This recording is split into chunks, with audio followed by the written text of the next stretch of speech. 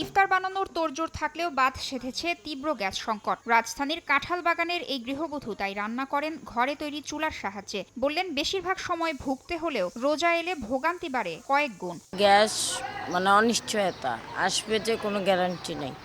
সবাই এইভাবেই লাকড়ি দিয়ে অনেক কষ্ট করে রান্নাবাড়ি করে। রোজা রেখে মানুষ যদি এরকম রান্নাবাড়ির জন্য এত অনিশ্চয়তায় ভুগে, তাহলে তো অনেক সমস্যা। শুধু এই গৃহিণী নন, তীব্র গ্যাস সংকটে বিপাকে পড়েছেন রাজধানীর কাঁঠালবাগান, কলাবাগান, হাতিরপুল সেন্ট্রাল রোড এলাকার বাসিন্দারা। বাধ্য হয়েই রান্না করতে হচ্ছে ইলেকট্রিক সিলিন্ডার কিংবা লাকড়ির চুলায়। এতে একদিকে জ্বালানির খরচ যেমন বেড়েছে, তেমনি গ্যাস না পেলেও তিতাসকে গুনতে হচ্ছে বিল। রাত 12টার পরে আসে, আর হয়তো ভোর 4টা-5টা পর্যন্ত থাকে, তারপরে আবার চলে যায়। মাস শেষে গ্যাসের লাইনের ভাড়াও দিতে হয়, তার মধ্যে 1500-1600 টাকা করে সিলিন্ডারও কিনতে হয়। রোজার আগে রাত 3টার সময়টা পাক করা লাগে, দিনের বেলা কোনো গ্যাস থাকে না। 8টা থেকে কোনো গ্যাস থাকে না, রাত 9টায় আছে, তাও নিবে আর জ্বলে।